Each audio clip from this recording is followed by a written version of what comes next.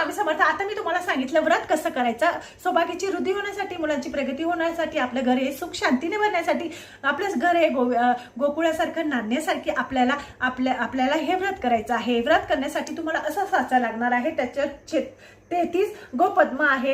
गोपद्म हे आपल्या देवाजवळ काढायचे आहे आणि तुम्हाला रांगोळी काढायची आहे महिनाभर आणि या रांगोळीची पूजा करायची आहे. परत ही पुसून दुसऱ्या दिवशी परत न काढायची आहे. असं तुम्हाला महिनाभर करायचं आहे. करून बघा, प्रत्येक स्त्रीने करायचं आहे. आपल्या घरासाठी, आपल्या परिवारासाठी, आपल्या सौभाग्यामध्ये वृद्धी होण्यासाठी आणि आपलं घर हे सुखा शांतीने नांदण्यासाठी नक्कीच करायचं आहे. खूप साधं सिंपल आहे. याला नियम वगैरे काहीच नाही. याला उपवास नाही, याला नियम नाही. त्यामुळे महिनाभर तुम्ही नक्की करा. याचं उद्यापन करा. जर तुम्हाला एखादी सुवासिनी स्त्री भेटली तर तिचं ओटी भरा, तिला खायला द्या. जर नाहीच भेटली तर तुम्ही गायची पूजा करून तिला खाऊ घाला. तरी सुद्धा तुमचं व्रत संपूर्ण होईल. माझ्या चॅनलला लाईक, सबस्क्राईब करा. आवडलं असेल तर कमेंट करा. स्वामी समर्थ.